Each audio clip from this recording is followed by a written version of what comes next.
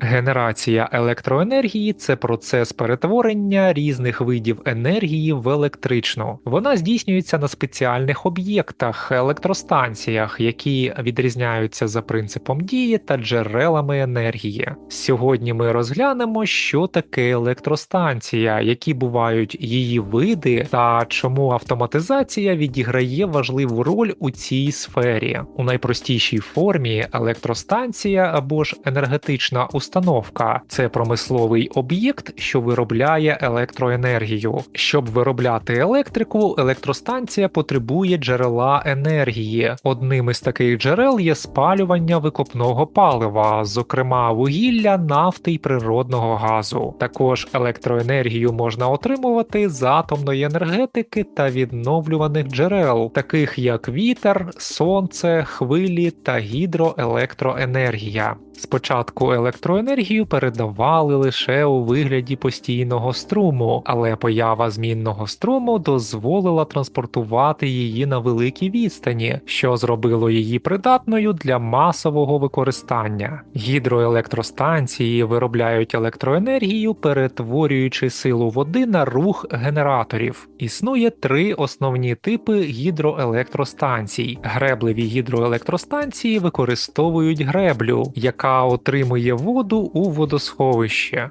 Коли воду випускають, вона проходить через турбіну, створюючи обертальний рух. Цей рух активує генератор, що виробляє електроенергію. Дериваційні гідроелектростанції можуть не потребувати греблі, оскільки спрямовують воду через канал або напірний трубопровід безпосередньо до турбіни. Гідроакумулювальні електростанції виконують функцію накопичення енергії, закачуючи воду у верхній резервуар у періоди низького попиту. Коли електроенергія потрібна, вода скидається вниз, проходить через турбіну і рух перетворюється на електроенергію. Теплові електростанції виробляють електроенергію, перетворюючи тепло на електрику, зазвичай шляхом спалювання палива. Наприклад, атомна електростанція. Тут ядерні реактори нагрівають воду, перетворюючи її на пару. Пара проходить через турбіну, змушуючи генератор виробляти електроенергію. Вугільні електростанції працюють аналогічно, але замість ядерного реактора воду нагрівають теплом, що утворюється під час спалювання вугілля. Далі розглянемо сонячні електростанції. Вони використовують енергію сонця для виробництва електроенергії. Це досягається завдяки фотоелектричним панелям, які складаються з напівпровідникових елементів. Під впливом сонячного світла вони виділяють електрони, створюючи електричний струм. Сонячна енергія – один із найчастіших способів виробництва електроенергії. Панелі можуть підключатися до загальної мережі, доповнюючи ресурси теплових електростанцій. Також вони можуть використовуватися в домашніх умовах і разом із батареями значно знижувати споживання енергії, не спалюючи викопне паливо. Останній тип – це вітрові електростанції.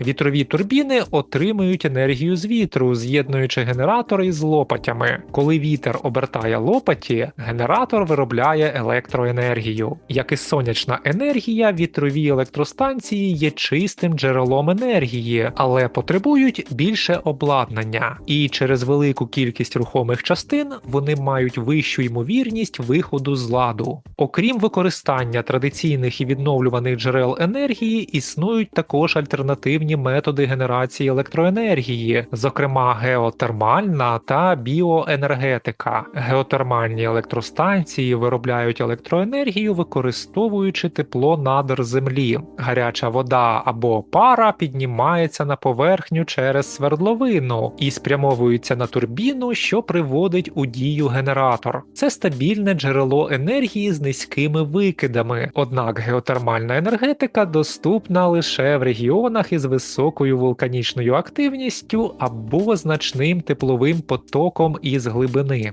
Біоенергетичні електростанції перетворюють органічні матеріали, такі як деревина, біогаз або відходи, на електроенергію. Паливо спалюється для нагріву води, утворюючи пару, яка обертає турбіну та запускає генератор. Основна перевага – це можливість утилізації органічних відходів і зниження викидів вуглекислого газу порівняно з традиційними тепловими станціями. Водночас такі електростанції мають нижчий коефіцієнт корисної дії, ніж традиційні теплові електростанції через нерівномірну теплотворність біопалива.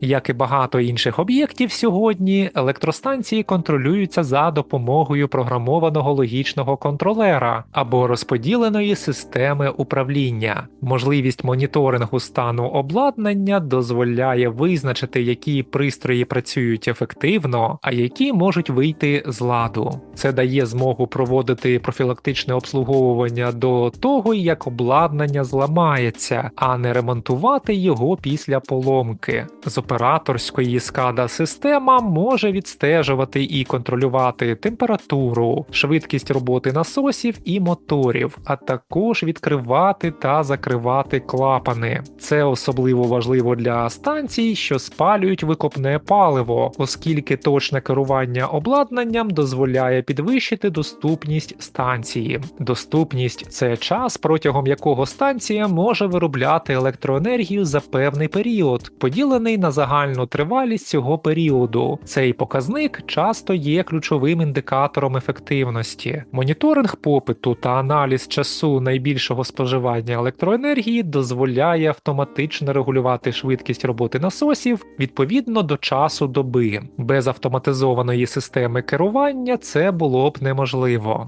Уявімо, що нам потрібно вибрати ідеальну електростанцію. Вона має бути потужною, стабільною, дешевою і ще й екологічною. Але чи є така? Давайте розбиратися. Теплові та атомні електростанції працюють стабільно. Хоч удень, хоч уночі, хоч під час бурі. Саме вони забезпечують енергією великі міста та заводи. Атомні станції ще й дуже потужні, а біоенергетика дозволяє утилізувати відходи, виробляючи електрику. Але тут є мінуси. Спалювання газу та вугілля – це викиди СО2, а в атомній енергетиці проблема ядерних відходів. До того ж, такі станції постійно залежать від постачання палива, а це додаткові витрати. Сонце, вітер та вода – ідеальне паливо, адже воно безкоштовне і нескінченне. Сонячні панелі та вітрові турбіни працюють без шкідливих викидів, а гідроелектростанції можуть регулювати потужність, накопичуючи воду. Звучить ідеально, але є нюанси.